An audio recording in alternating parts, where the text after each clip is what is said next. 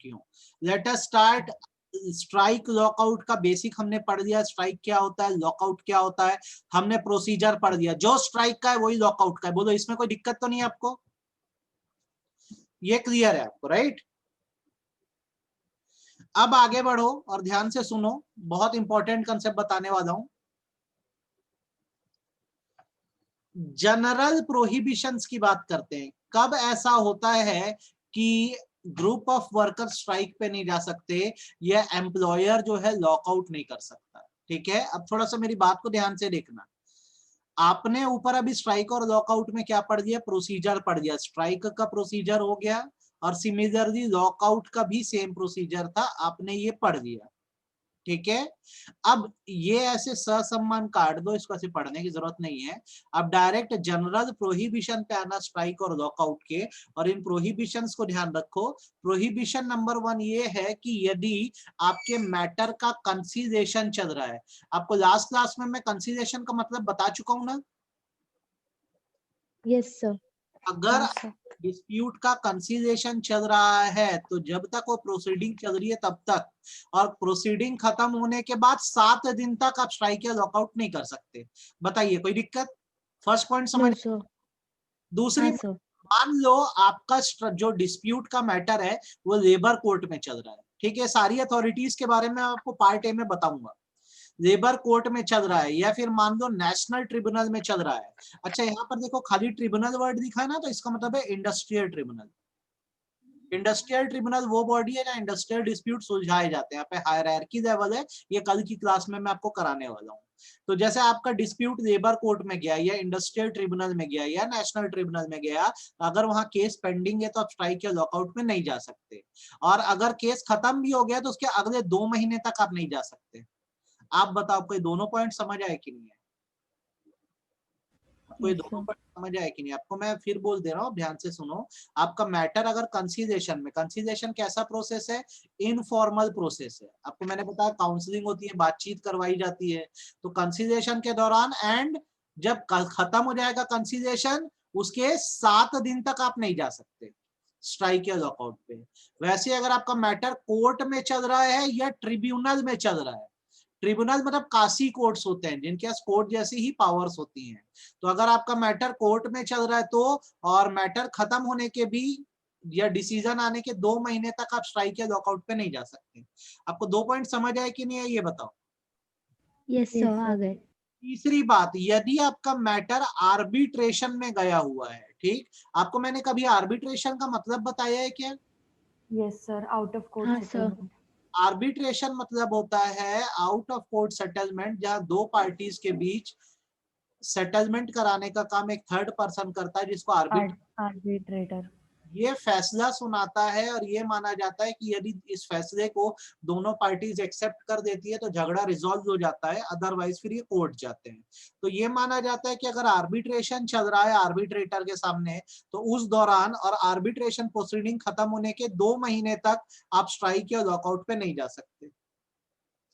आप बताओ कोई लाइन समझ? अच्छा, ये आगे नोटिफिकेशन वाले इस लाइन को या सब सेक्शन को पढ़ने की जरूरत नहीं है आपको। ठीक है, अभी अपनी बुक में उसको काट देना। क्लियर है? Yes sir. लास्ट पॉइंट, आपके डिस्प्यूट का फैसला आ चुका है तो जब तक वो सेटलमेंट या अवार्ड ऑपरेशन में होने का मतलब अगर उसके खिलाफ आप फर्दर अपील नहीं कर रहे हो तो माना जाता है कि झगड़ा सुलझ चुका है, तो फिर स्ट्राइक या लॉकआउट पे आप नहीं जा सकते। फिर मैं अपनी बात रिपीट कर रहा हूं, एक फैसला आया, फैसला ऑपरेशन में मतलब दोनों पार्टीज ने, ना आपने ना मैंने, आप कौन हो? एम्प्लॉयर हो, मैं एम्प्लॉय हूं, हमने इसको चैलेंज नहीं किया है, तो माना जाता है कि दिया गया फैसला वो इन फोर्स है। और यदि इन फोर्स है तो हम फिर किस तरह से और क्यों स्ट्राइक या लॉकआउट पे जाए? क्योंकि हमारे मैटर को लेकर ही तो, या हमारे डिस्प्यूट को लेकर ही तो फैसला दिया गया था। जैसे एक साइड में आप लोग हो एम्प्लॉयर और दूसरे साइड में मैं हूं एम्प्लॉय। अब हम मान लो कंसीलिएशन में गए, आर्बिट्रेशन में गए या कोर्ट गए, वहां पे हमें एक डिसीजन दिया गया है, ना आप डिसीजन को चैलेंज कर रहे हो ना मैं डिसीजन को चैलेंज कर रहा हूं, तो माना जाएगा ना डिस्प्यूट सॉल्व हो गया। तो क्या हमें स्ट्राइक या लॉकआउट करना चाहिए? नहीं सर। आपको ये पॉइंट कितने समझ आए? ईमानदारी से बोलो मेरे को। आ गया सर। आगे सर। आ गया? तो आपको मेन स्ट्राइक और लॉकआउट समझ आ गया, मैं मान के चलता हूँ। लास्ट थिंग, अगर आप गलत तरीके से इलीगल स्ट्राइक करते हो, मतलब अपनी इलीगल स्ट्राइक का मतलब होता है बेसिकली अपनी नाजायज मांगों को मनवाने के लिए अगर आप स्ट्राइक पे जाते हो। जैसे अब आपकी सैलरी 10,000 रुपए महीना है, सारे वर्कर इकट्ठा हो गए, बोलते हैं हमारी सैलरी 1.5 लाख रुपए महीना कर दो, तो हो जाएगी क्या? नहीं सर। नहीं ना। तो भाई एक जेन्युइन रीजन होना चाहिए स्ट्राइक पे जाने का। यदि आपकी स्ट्राइक इलीगल है और ये बात प्रूव हो जाती है कि आपने इलीगली या गलत तरीके से गलत मांगों को मनवाने के लिए स्ट्राइक करी है, तो इस सिचुएशन में ये माना जाता है कि जो उन स्ट्राइक से जुड़े थे लोग, उनको 1 महीने तक की कैद हो सकती है और फाइन लग सकता है। और मतलब या तो होता है ऑप्शन है, या तो 1 महीने तक की जेल हो सकती है, या फिर फाइन लग सकता है 50 रुपए तक का, या दोनों हो सकता है। कितना क्लियर है? समझ आया कि नहीं आया? यस हाँ सर। सर आ गया। अच्छे से ईमानदारी से बताओ मेरे को, क्लियर है? हाँ यस सर सर। क्लियर है। हाँ सर। दर्दी अगर बॉस जो है वो बेवजह लॉकआउट कर देता है एक पनिशिटिव मेजर के तौर पे कि मैं अपने वर्करों को काम नहीं करने दूंगा, तो वो भी एक बहुत गलत एक्टिविटी कर रहा है। और अगर बिना जस्टिफिकेशन के लॉकआउट किया गया, तो ऐसी सिचुएशन में एम्प्लॉयर को जो है 1 महीने तक की जेल हो सकती है, या फिर फाइन लग सकता है 1,000 रुपए तक का, या दोनों हो सकता है। बोलो, इसमें कोई परेशानी? सर एक और बार समझ में नहीं आप आया। लोग बॉस हो, आपने फैक्ट्री का गेट ऐसे ही बंद कर दिया, भगा दिया चिढ़ के वर्कर को, जाओ तुम लोग को काम नहीं करवाना है। तुम्हारे पास कोई जेन्युइन रीजन नहीं है, तो सही कर रहे हो कि गलत कर रहे हो? गलत। तो इसको मैं इलीगल लॉकआउट बोलूंगा। क्या बोलूंगा? Illegal lockout. ठीक है। तो इस सिचुएशन में अगर आपके पास कोई जस्टिफिकेशन नहीं था ऐसे लोगों को भगाने के लिए, ठीक है, तो आपको 1 महीने तक की जेल हो सकती है, या 1,000 रुपए तक का फाइन लग सकता है, या दोनों हो सकता है। आपको ये बात क्लियर हुई क्या? Yes sir. अच्छे से आपको पूरा स्ट्राइक और लॉकआउट अच्छे से समझ आ गया? अच्छे समझ आ गया? पूरा स्ट्राइक और पूरा लॉकआउट समझ आ गया कि नहीं? हाँ या ना में बताओ मेरे को। सर। हाँ सर। तो हमने क्या कर दिया? स्ट्राइक का प्रोविजन कर दिया, लॉकआउट का प्रोविजन कर दिया। आज हम जो प्रोविजन स्टार्ट कर रहे बेटा, वो है ले ऑफ का प्रोविजन। ठीक है। आपको मैं ले ऑफ का एक यस बार सर। मतलब सिखा दे रहा हूं, ताकि आपके मन में कोई डाउट ना रहे। ले ऑफ का मतलब होता है inability of employer to give the work to employ. ठीक। जब बॉस मजबूर हो जाए और किसी कारण से आपको एक दिन का या एक समय तक का काम ना दे पाए, तो उसको ले ऑफ करना बोलते हैं। जैसे आपको मैं बताऊं ले ऑफ कब कब होता है, तो जैसे मान लो शॉर्टेज ऑफ रॉ मटेरियल हो गया, आपकी ऑर्गेनाइजेशन में रॉ मटेरियल ही नहीं है, तो प्रोडक्शन हो पाएगा क्या? नहीं सर। जब प्रोडक्शन नहीं हो पाएगा, तो आपको वर्कर को कुछ समय के लिए सॉरी बोलना पड़ेगा कि देखिए रॉ मटेरियल आएगा, तब मशीन चलेगी, तब प्रोडक्शन होगा, तब तक आप भी घर में बैठिए, मैं आपको कंपनसेट कर दूंगा। क्या आपको ये बात समझ आई? Yes sir. दूसरा, पावर कट। बिजली नहीं है, सारे वर्कर आके खड़े हैं, तो उनको बिठा के रखूं कि घर भेज दूं? बोलो। घर भेज। घर भेज दूं। तो आज मेरी इनएबिलिटी हो गई ना, मैं काम नहीं दे पाया आपको। मेरी बात समझ आ रही है आपको? अच्छा, मान यस लो सर। ओवर प्रोडक्ट, ये लिख देना भैया, ये सब किताबों में नहीं मिलता, ये समझा रहा हूं आपको सारी चीजें।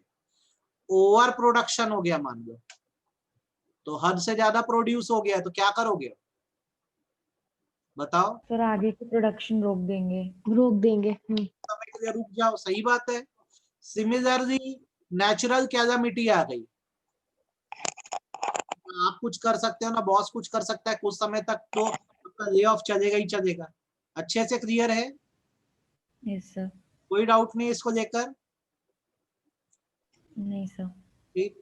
तो आप पहले तो ले ऑफ का ये आपको चाहो तो स्क्रीनशॉट ले लो। अच्छा, मैं रिकॉर्डिंग तो भेजूंगा ही, तो ध्यान रखना। आप एक एक लाइन पढ़ के दे रहा हूँ, ध्यान से देखो।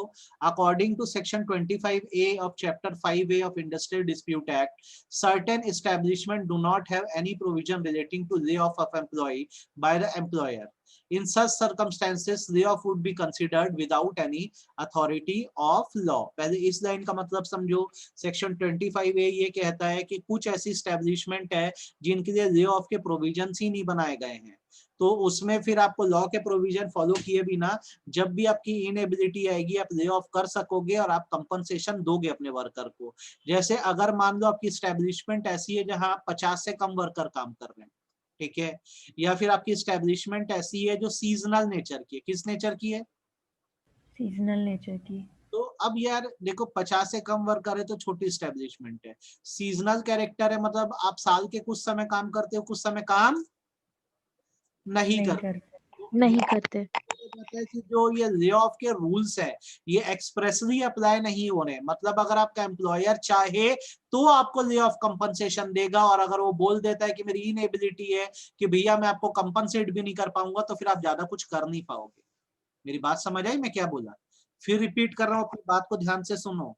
ले ऑफ के प्रोविजंस जो है, जो एक्चुअल में लीगल प्रोविजंस है कंपनसेशन के, वो कुछ इस्टेब्लिशमेंट में नहीं लगते हैं। जैसे अगर इस्टेब्लिशमेंट में 50 से कम वर्कर हैं, या अगर सीजनल नेचर की इस्टेब्लिशमेंट है, तो लीगली एनफोर्स नहीं किया जा सकता कि कंपनसेशन देना ही पड़ेगा। लेकिन अगर एम्प्लॉयर चाहे तो अपनी इच्छा से कंपनसेशन दे सकता है।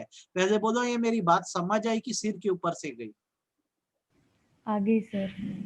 दूसरे तरह से कान को पकड़ना है तो ये बोल सकते हो कि ले ऑफ के रूल्स वहां लगेंगे जहां पे 50 से ज्यादा वर्कर है।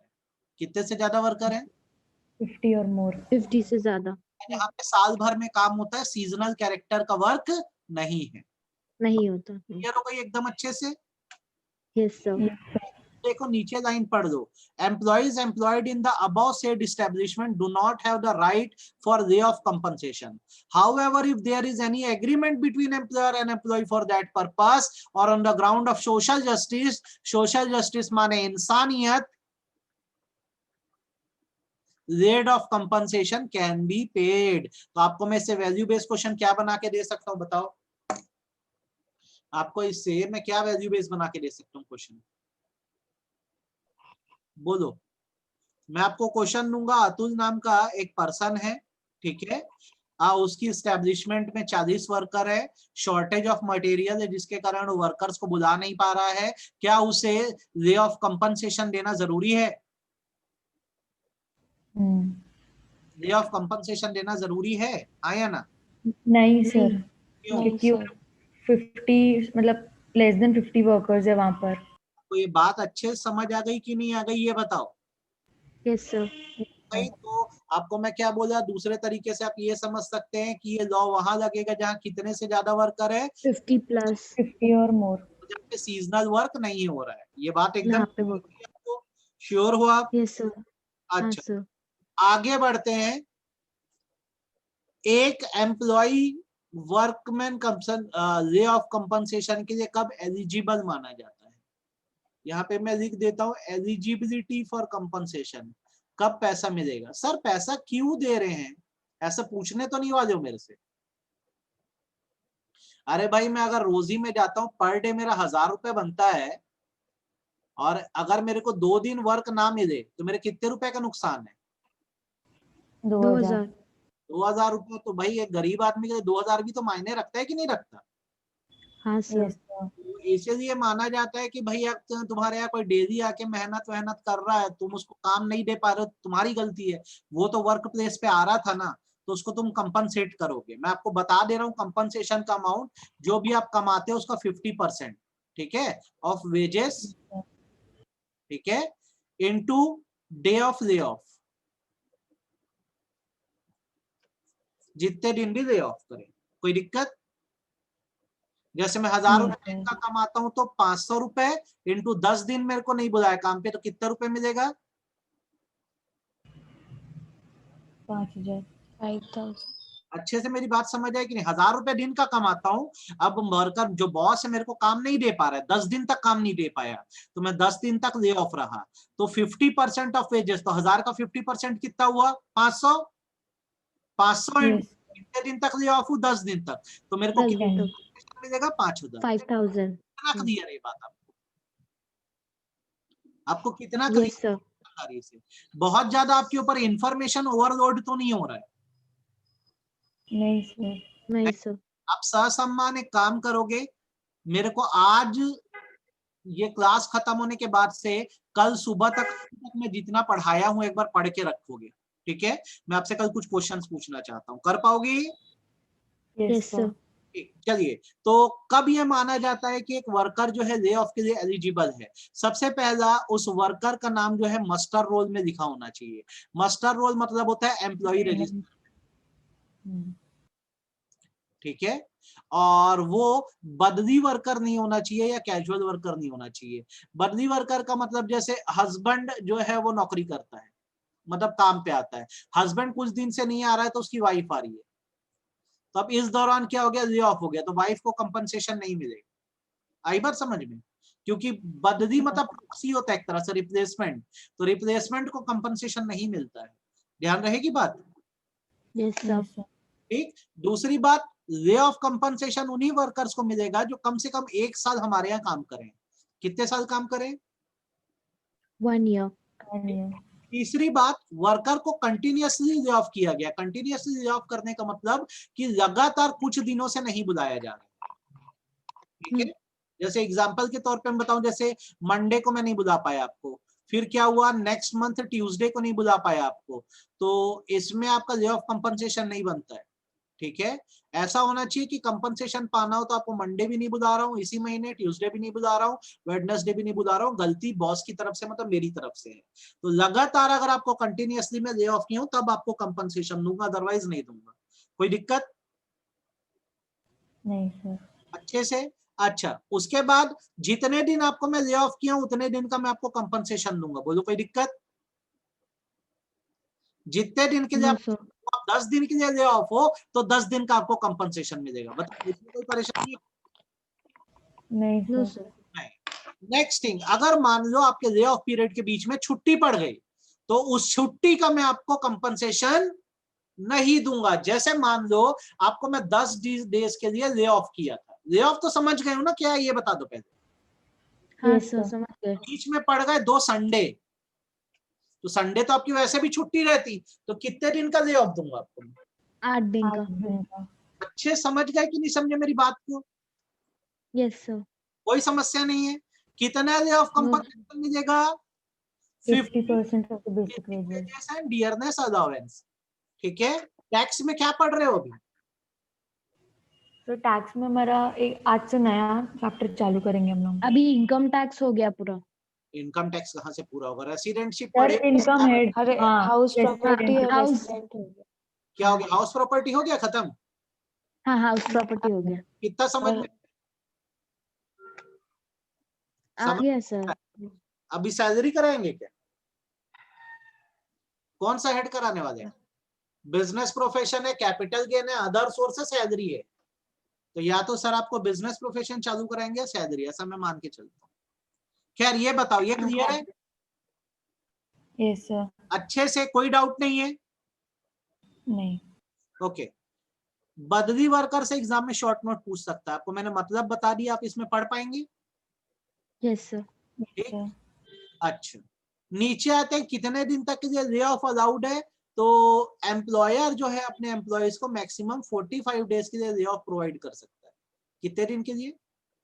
45 days. 45 डेज तक अपनी इनएबिलिटी बता सकता है कि भाई मैं तुमको काम नहीं दे पा रहा हूँ, और इतने दिनों का वो कितना कंपनसेशन पे करेगा? 50% के हिसाब से 50%. पे करेगा। हाउएवर अगर कोई कंटीजेंसी आ गई, जैसे कोविड वोविड वाली सिचुएशन आ गई, हरी बेरोजगारी फैली थी, अब इसे 45 दिन से ज्यादा मैटर अगर एक्सीड कर गया, तो बेसिकली इसमें ये माना जाता है कि कंपनसेशन जो होता है वो 50% के हिसाब से 45 डेज तक दिया जाएगा। कितने दिन तक? 45 डेज। और उसके बाद जितना भी एक्सीडिंग पीरियड का कंपनसेशन है वो म्यूचुअली डिसाइड करेंगे एम्प्लॉयर और एम्प्लॉय क्या देना चाहिए, क्योंकि नुकसान तो एम्प्लॉयर का भी हो रहा है। तो समझ आया मैं क्या बोला? Yes, sir. भाई देखो 45 दिन तक तो लॉ बोल दिया है कि 50% ऑफ वेजेस देंगे। अब कंटीजेंसी ऐसी आ गई कि 45 दिन के बाद भी काम पे नहीं वो आपको बुला पा रहा है, तो 45 दिन तक का तो आपको क्या दे देगा? 50% कंपनसेशन दे देगा वो, ठीक है? और बेसिकली जो 45 दिन के बाद का है, आफ्टर 45 डेज है, क्या कंपनसेशन होगा ये म्यूचुअल कंसेंट से डिसाइड होगा। किससे डिसाइड होगा? Mutual concern. कितनी समझ में आई मेरी बात? Yes sir. अच्छे से? हम्म। कोई डाउट नहीं है? No sir. पूरा सर ये, हाँ बेटा बोलो। सर अगर कंटिन्यूस ले ऑफ दे रहे तो कंपनसेशन पे करेंगे, अगर एक दिन का ले ऑफ दे तो? एक दिन के उसमें कंसिडर किया जाता है कि देना तो पड़ता है, बट वन डे को लॉ में कोई लीगल रिकॉग्निशन नहीं मिला है। एक दिन तो वैसे भी हॉलीडे, पेड हॉलीडे मानी जा सकती है ना, है ना? Yes sir. इसका कोई लीगल रिकॉग्निशन नहीं है कि एक दिन का क्या। समझ गए मेरी बात को? Yes sir. अच्छा, अब ये ना बहुत इंपॉर्टेंट है, ये वैल्यू बेस्ड क्वेश्चंस के लिए ये वाला हिस्सा। यहाँ पे आप भी अपनी शीट में नोट्स में ना VBS लिख लेना, ठीक है? तुमको वैल्यू बेस्ड क्वेश्चन में इससे पूछेगा, ठीक है? कौन सी ऐसी सिचुएशन है जब आपको कंपनसेशन नहीं दिया जाएगा। तो ये जो पॉइंट नंबर 1 है बहुत ही इंपॉर्टेंट है। सपोज करो रमेश नाम का एक पर्सन है, ठीक है? मेरे यहाँ वो मशीन पे काम करता है, आज पावर कट है। मैं बोलता हूँ यार रमेश देख, अभी 2-3 दिन तक बिजली आने का चांस नहीं है, तो तू मशीन पे काम मत कर, एक काम कर मेरे लिए फिजिकल रजिस्टर बना दे, ठीक? अब मैं बोल रहा हूँ तुमको काम पे आना है, मशीन पे नहीं करना, फिजिकल रजिस्टर पे काम कर दो। रमेश बोलता है सर मैं अपना काम करूंगा, अपना काम करूंगा, मुझे डे ऑफ कंपनसेशन चाहिए। देंगे क्या? आप बोलो। नहीं सर। क्यों? सर आप काम तो दे रहे हो ना उसको। एग्जैक्टली तो आपको ये बात याद रखनी है कि कुछ सिचुएशन में ले ऑफ का कंपनसेशन नहीं प्रोवाइड किया जाएगा, तब जब हम ऑल्टरनेटिव एम्प्लॉयमेंट देने को तैयार बैठे हैं। मतलब ये काम नहीं कर रहे हो तो कोई और काम कर दो, आपके स्किल के हिसाब से हम आपको दूसरा काम दे रहे हैं। जो काम आप मशीन पे करते थे उसकी जगह हम आपको फिजिकली वो काम करने दे रहे हैं, तो आप मना करोगे तो आपकी गलती है, बॉस की गलती नहीं है। मेरी बात समझ में आई? अच्छे समझ में आई हाँ कि सर। अधूरी अधूरी? सर आगे अच्छे से। अब इसमें क्या है, जैसे ऑल्टरनेटिव, ये मिटा दूं क्या? रमेश का एग्जांपल समझ गए हो? Yes sir. अब यहाँ पे ना कुछ शर्तें हैं कि जैसे इसको मैं मिटा दूं एक बार। इस पे शर्तें हैं कि जैसे ऑल्टरनेटिव एम्प्लॉयमेंट दे रहे, बहुत अच्छा, लेकिन जो ऑल्टरनेटिव काम दोगे आपको याद रखना है वो सेम स्किल सेट का होना चाहिए, मतलब सामने वाले को काम आना चाहिए। सही बात है गलत बात है? Yes sir. ठीक, अब मैं जैसे अगर थ्योरी का टीचर हूँ कॉमर्स में, तो यार मेरे को मैथ्स पढ़ाने बोलोगे तो पढ़ा दूंगा क्या? मैं नहीं पढ़ा सकता हूं, तो मेरे को वैसा रिलेटेड वर्क दो। दूसरा, वर्क जो है विद इन 5 माइल्स होना चाहिए, उससे ज्यादा दूर मत भेजना, ठीक है? जहां भी फैक्ट्री सिचुएटेड है, जैसे मेरे जाओ यार यहाँ तुम जाके थोड़े समय काम कर दो, तो वो एरिया कितने माइल्स के अंदर होना चाहिए? 5 5। माइल। कितना क्लियर है मेरी बात? Yes sir. अच्छे से कि आधा अधूरा? अच्छे से। दूसरी बात, भाई मेरे यहाँ पावर कट था लेकिन तुम भी जॉब पे आज आए नहीं, छुट्टी मार दिए, तो ले ऑफ का मिलेगा क्या कंपनसेशन? नहीं। ठीक। तीसरी बात, तुम लोग जो वर्कर लोगों हड़ताल पे चले गए, जिसके यहाँ से काम स्लो हो गया और उसके कारण मैंने तुम्हें ले ऑफ किया, तो मैं कंपनसेशन दूंगा क्या? नहीं सर। तो बताओ कब कब आपको कंपनसेशन नहीं मिल रहा है? बताओ पहला कब? जब अल्टरनेटिव एम्प्लॉयमेंट हो तब। दूसरा कब? दूसरा सर जब जब वो वन डे में एक वर्किंग बार आवर्स भी में भी हम नहीं आता है, हाँ एक बार में एटलीस्ट वन डे नहीं आया। तीसरा कब? और फिर और तीसरा जब जब भी स्ट्राइक कोई के टाइम पे। हाँ मतलब आपने खुद काम स्लो करवाया था, मतलब गलत स्ट्राइक थी ना, अच्छी बात थोड़ी ना थी, मेरा का काम स्लो डाउन करवा दिया, तो उस यस सिचुएशन में सर। आपको मैं ले ऑफ का कंपनसेशन नहीं दूंगा। सही कर रहा हूँ गलत कर रहा हूँ? सही कर रहे सर सही। आपको समझ आया कि नहीं आया ये बताओ ईमानदारी से? हाँ आगे सर। सर। पूरा इतना आ गया समझ में? अब मेरे लिए एक मेहनत कर देना बेटा, अभी तक मैं जितना पढ़ा दिया हूँ, क्या क्या पढ़ा दिया हूँ? इंटेलेक्चुअल प्रॉपर्टी पढ़ा दिया हूँ, एनवायरमेंटल लॉ पढ़ा दिया हूँ, लेबर लॉ के बहुत सारे एक्ट करा दिया हूँ। आप सिर्फ ज्यादा से ज्यादा 1.5 घंटा आज दो, एक बार अपने ना बुक के पन्ने पलट के रिव्यू कर दो कि आपने ये सब पढ़ दिया है। कर पाओगे? Yes yes sir. सर। ये कर ही देना। अपने नोट्स में दिखते हो कि नहीं, हाईलाइट वाईलाइट करते हो कि खाली पड़े नोट्स ऐसे? ईमानदारी से बताओ मेरे को। हाँ सर, पूरा सर लिख लिखते रहे। हैं। दिख रहे हो ना? आपका कंसेप्ट डॉट स्ट्रॉन्ग होना चाहिए, ठीक है? Yes sir. अब Yes. ये करो, कल की क्लास में सुबह मैं आपको रिट्रेंचमेंट पढ़ाऊंगा। क्या पढ़ाऊंगा? रिट्रेंच। रिट्रेंचमेंट। रिट्रेंचमेंट को हिंदी में छटनी कहते हैं। तो ये कल मैं आपको पढ़ाऊंगा, खत्म कराऊंगा, तो आपका एक हिस्सा इंडस्ट्रियल डिस्प्यूट एक्ट का खत्म हो जाएगा, ठीक है? फिर हम लोग अगले हिस्से पे आएंगे, और ये खत्म होते ही मेन लेबर लॉ आपका समाप्त हो गया, ठीक है? Yes Yes. सर। ये आप कर दो, काफी है आज के लिए बेटा। Thank you sir. Bye. Thank you, sir. Bye, sir.